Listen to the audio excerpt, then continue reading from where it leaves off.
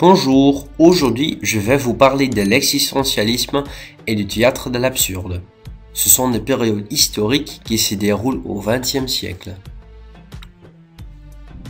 D'abord, je vais vous parler des idées reçues. Alors, qu'est-ce que nous savons déjà de l'existentialisme et du théâtre de l'absurde? Pour illustrer cela, je vais vous montrer la bande-annonce du film documentaire 1968, Un monde en révolte.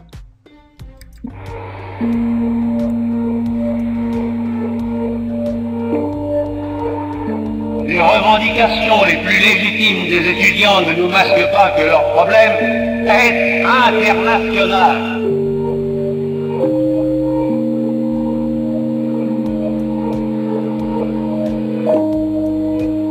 Les facultés sont fermées en Chine.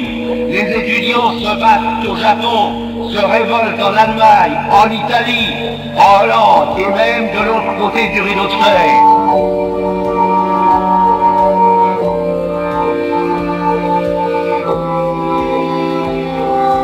Nous ne sommes pas en face de besoin de réforme, mais en face d'une des crises les plus profondes que la civilisation ait connues.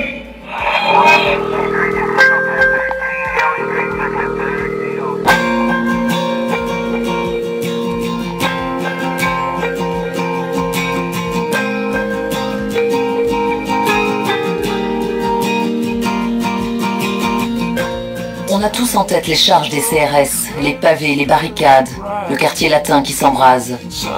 Mais les héros de 1968 sont américains, allemands, tchèques. Ils sont aussi africains, du Sénégal ou d'Algérie. Dans les facultés du monde entier, des étudiants se sont révoltés cette année-là. Certains ont gagné, d'autres ont perdu. À travers leur destin, c'est le monde d'aujourd'hui qui se dessine. Daniel Cohn-Bendit, l'icône insolente du mois de mai parisien, est devenu depuis député européen. Yann Palach, l'étudiant au visage triste, symbole de l'insurrection pragoise, s'est immolé par le feu quelques jours après la fin de l'année 1968.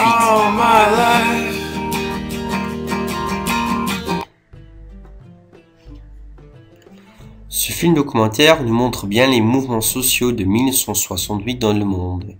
Ce sont des mouvements internationaux qui rassemblent les étudiants et les travailleurs en colère. Les mouvements commencent à Paris et ils mettent fin au gouvernement de Charles de Gaulle. De cette façon, nous pouvons dire que les périodes de l'existentialisme et de l'absurde sont des périodes de révolte. Regardons ces deux périodes de plus près. Pour spécifier les notions, j'ai de nouveau consulté le dictionnaire Larousse. L'existentialisme n'est pas un mouvement littéraire et il n'existe pas à proprement parler de littérature existentialiste. Pourtant, il y a un certain nombre d'œuvres auxquelles il convient de restituer leur singularité, un climat philosophique, politique et littéraire qui caractérise une situation historique. À son tour, l'absurde affirme que le monde n'a pas de signification et s'exprime dans un théâtre de l'incommunicabilité.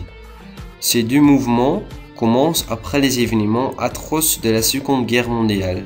Beaucoup de personnes sont choquées et elles ne croient plus en Dieu. C'est pourquoi les théories de l'existentialisme et de l'absurde voient le jour. Nous en parlerons plus tard. En même temps, le besoin d'indépendance grandit dans les colonies françaises. Ceci mène à la terrible guerre d'Algérie. En 1969, l'Algérie devient finalement indépendante. Le personnage phare derrière l'existentialisme est le philosophe Jean-Paul Sartre. Sartre, un athéiste, part du principe qu'il n'y a pas de Dieu. Nous vivons en effet dans un monde absurde et insensé. C'est montré visuellement dans le théâtre de l'absurde. Pourtant, nous sommes libres et en tant qu'individus, nous pouvons décider d'un but pour notre vie. Pour cela, nous devons faire des choix.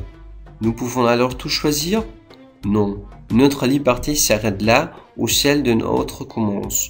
Autrement dit, chaque homme est responsable de son propre choix. Ces idées inspirent les jeunes de se révolter dans les années 60. Dans le domaine de la littérature, l'émancipation et la liberté individuelle jouent un rôle important. Sartre et sa compagne Simone de Beauvoir commencent en effet à écrire la littérature engagée. Pour atteindre cela, ils transforment les idées philosophiques de Sartre en actes concrets. Par exemple, Sartre devient un compagnon de route du Parti communiste afin de lutter pour une société juste. À leur tour, les auteurs du théâtre de l'absurde font des pièces vraiment absurdes. Sur scène, les personnages ont en effet une seule fonction, montrer qu'ils font partie d'un monde absurde, dépourvu de sens et désastreux. Pour finir, quelques ressemblances entre notre époque et celle de l'existentialisme, l'absurde. Bien que la France n'ait plus de colonies à l'étranger, elle exerce encore une grande influence dans ses anciennes colonies. Par exemple, la langue française y reste une langue parlée et étudiée. En plus, nous lisons toujours les œuvres de Jean-Paul Sartre. Il a encore beaucoup d'influence sur des personnes qui veulent mener une vie authentique. Par conséquent, nous pouvons dire que les périodes de l'existentialisme et de l'absurde sont toujours actuelles.